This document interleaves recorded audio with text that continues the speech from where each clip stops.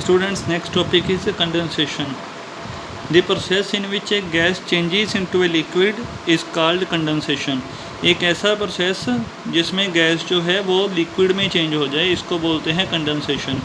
Condensation is the opposite of evaporation. ये बिल्कुल evaporation का अपोजिट है, क्योंकि इवेपोरेशन में आपने पढ़ा था कि जो लिक्विड होता है वो गैस में चेंज हो जाता है, और इसमें क्या है, गैस लिक्विड में चेंज हो रही है, तो ये कंडेंसेशन है.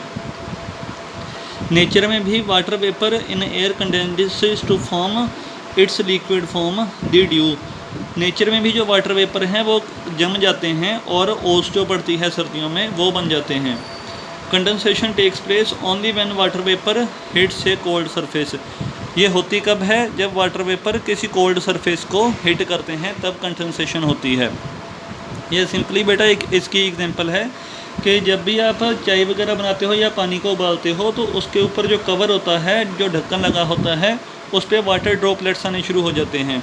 ये वही वाटर ड्रॉपलेट्स हैं जो स्टीम होती है वो कंडेंस कर जाती है. ऐसे ही जो जैसे गर्मियां हैं अभी, तो गर्मियों में आप ठंडे पानी का गिलास भर के रख दो तो उसके आसपास पानी की बूंदें जमनी शुरू हो जाएंगी, तो वो भी कंडेंसेशन ही होती है.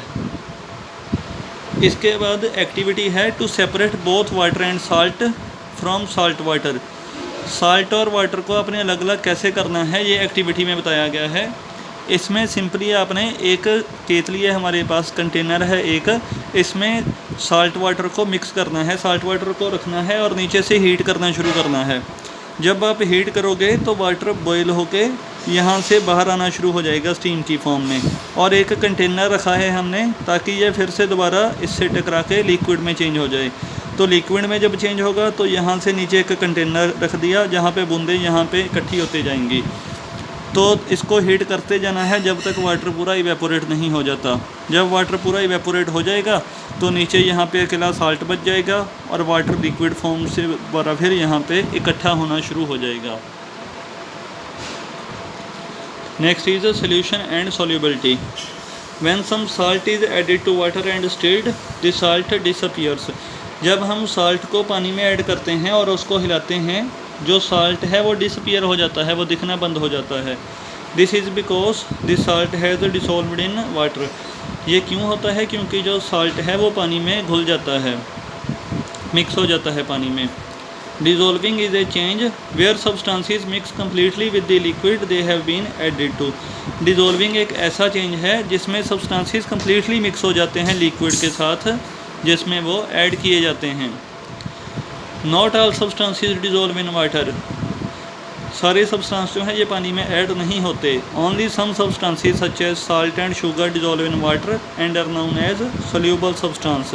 सिर्फ कुछ सब्सटेंस जैसे साल्ट, नमक और चीनी हो गई, ये पानी में घुल जाते हैं और इनको बोलते हैं soluble substance. Substances such as chalk and sand does not dissolve in water and are known as insoluble substance. जो सब्सटेंस पानी में नहीं घुलते उनको insoluble substance बोला जाता है, जैसे चाक और सैंड हो गए.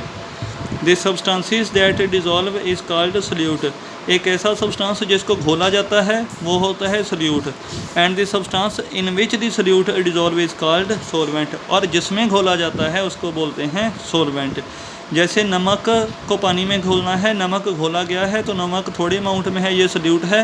जिसमें नमक घोला गया है जैसे पानी में घोला गया है तो उसको बोलते हैं सोलवेंट. जो दोनों को मिक्स करके मिक्सचर बनेगा वो होगा सोल्यूशन. तभी आ गया the resulting mixture is solution. इसीलिए सल्यूट और सोलवेंट दोनों को ऐड किया तो सोल्यूशन बन गया. एग्जांपल है शुगर और वाटर, दोनों को मिक्स करेंगे तो शुगर का सोल्यूशन बन जाएगा. If we keep adding spoonfuls of sugar to water and stir the solution each time, what will happen after some time? अगर हम स्पूनफुल करके शुगर को पानी में घोलते जाएं और हिलाते जाएं तो थोड़े टाइम बाद क्या होगा? We will notice that some grains of sugar at the bottom of the solution. हम नोटिस करेंगे कि जो शुगर है वो नीचे इकट्ठी होनी शुरू हो जाएगी. This shows that no more sugar can be dissolved. इसका मीन्स होगा कि इसमें अब और शुगर नहीं ऐड हो सकती. We say that solution has become saturated. फिर हम क्या बोलेंगे कि solution जो है ये saturated में चेंज हो गया है. फिर सैचुरेटेड सोल्यूशन की डेफिनेशन आ गई Saturated solution is a solution in which no more of the solute can be dissolved. Saturated solution एक ऐसा solution है जिसमें और हम solute नहीं ऐड कर सकते. But if we heat the solution, पर क्या होगा जब हम हीट करें solution को, तो अगर हम हीट करते हैं ज़्यादा तो क्या हम और शुगर डाल सकते हैं? यस, हम और शुगर फिर ऐड कर सकते हैं. हम किसी भी सब्सटेंस की जो सॉल्युबिलिटी है उसको बढ़ा सकते हैं हीट करके. जैसे पानी में आपने नमक डाल रहे हो, वो एक स्टेज पे आके घुलना बंद हो जाएगा, उसको फिर से हीट करना शुरू कर दो तो उसमें और नमक ऐड होना शुरू हो जाएगा. ये है इसकी जो सॉल्युबिलिटी है, ये रेट चेंज होनी शुरू हो गई. फिर सॉल्युबिलिटी क्या है? Solubility is the ability of the substance to get dissolved in the liquid. ये एक एबिलिटी है सब्सटेंस की कि वो पानी में कितना मिक्स हो सकता है. The quantity of a substance that can dissolve in hot water is much more as compared to that in cold water. जो सल्यूट जो होगा, जो सब्सटेंस होगा वो गर्म पानी में काफ़ी ज़्यादा मिक्स हो जाएगा एज़ कम्पेयर टू ठंडा पानी. इसकी भी सिंपल सी एग्जांपल है. एक गिलास आप पानी लो और एक चम्मच उसमें चीनी डालो. एक को आप हीट करना शुरू करो, एक को वैसे ही रहने दो या उसको चम्मच से हिलाओ ज़रा. तो जो गर्म करोगे आप तो वो काफ़ी जल्दी उसमें मिक्स हो जाएगी. इसका मीन्स है कि जब हीट करोगे तो सॉल्युबिलिटी इंक्रीज़ होगी. फिर स्टीरिंग भी एक ऐसा फैक्टर है जिसके द्वारा सॉल्युबिलिटी को बढ़ा सकते हैं हम. इसमें we can observe that by taking 2 glasses of water and adding a spoonful of sugar to each glass. हमने 2 ग्लास लेने हैं और दोनों में चीनी ऐड कर देनी है. Then we keep 1 glass undisturbed and stir the other. फिर हमने क्या किया, एक गिलास को हिलाना शुरू कर दिया और दूसरे को वैसे ही रहना शुरू कर दिया. Sugar dissolve faster when the solution is stirred. Sugar किस में जल्दी ऐड होगी? जिसमें हमने सॉल्यूशन को अच्छी तरह से हिलाया होगा, उसमें जल्दी से शुगर ऐड हो जाएगी. Next is solute in powdered form. कि जब सॉल्यूट जो होगा पाउडर्ड फॉर्म में होगा फिर क्या इफ़ेक्ट पड़ेगा.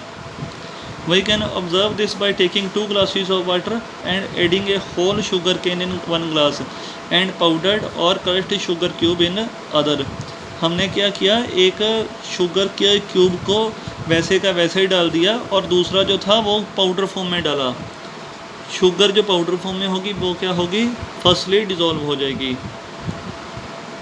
Different substances dissolve in different amounts of water while making a saturated solution. जब सैचुरेटेड सोल्यूशन बनेगा हर एक सब्सटेंस अलग अलग अमाउंट में मिक्स होगा. ऐसा नहीं होगा कि जितने अमाउंट पे सोल्यूशन शुगर का सैचुरेटेड हो गया था उतने ही अमाउंट अगर हम नमक का डालें तो वो भी सैचुरेटेड हो जाए, ये ज़रूरी नहीं है चीज़. इसके बाद अब हम बुक एक्सरसाइज करेंगे. इसकी बुक एक्सरसाइज फर्स्ट में थ्रेशिंग आएगा. Threshing involves beating the harvested crops to separate the grains. Next sieving is use for separating 2 substances with different sizes. Condensation is opposite to evaporation. For filtration the particles of the insoluble solute should be bigger than the holes in the filtration device. The solubility of a solute can be increased by heating the substance. Sugar dissolve faster when the solution is stirred. Next is supernet. क्या होगा, जो sediment के above liquid होगा. Sediments क्या होंगे, जो solid particle नीचे बैठ जाएंगे. एवेपोरेशन, जब लिक्विड गैस में चेंज होगा. सॉल्यूट, जो सब्सटेंस डिज़ोल्व होगा. विनोइंग, अगर ग्रेन से हमें चाफ को अलग करना है. कंडेंसेशन, गैस जो होगी लिक्विड में जब चेंज हो जाएगी. नेक्स्ट MCQ है. Threshing is use to grains from stock. ये सेपरेट करने के लिए यूज़ होंगे. फिर सेपरेट अगर स्टोन्स को ग्रेन से करना है हमने तो हैंड पिकिंग मेथड यूज़ करेंगे. नेक्स्ट, अगर mixture of sand and water को अलग करना है तो फिल्ट्रेशन. सॉलिड पार्टिकल्स जो बैठ जाते हैं नीचे उसको क्या बोलते हैं, sediments. Which of the following methods can be use to separate mixture of salt and water. Evaporation method use करेंगे हम. Next is the size of the holes of the filtering device should be smaller as compared to particles of the insoluble solid for filtration. The process of separating insoluble solid suspended in a liquid by allowing them to settle down is called sedimentation. A sugar in which no more solute can be dissolved is called saturated solution. Which of the following will dissolve highest amount of salt? Glass of hot water. Which of the following is soluble in water? Sugar. Next is one word, a machine that reaps, threshes and cleans the crop. Combine harvester. The method used to separate chaff from the grain by wind or blowing air, winnowing. The process by which an insoluble solid is separated from a liquid by passing the mixture through a filtering device, filtration. The process of pouring out the clear upper liquid without disturbing the sediments, decantation. The process in which liquid changes into a gas is evaporation.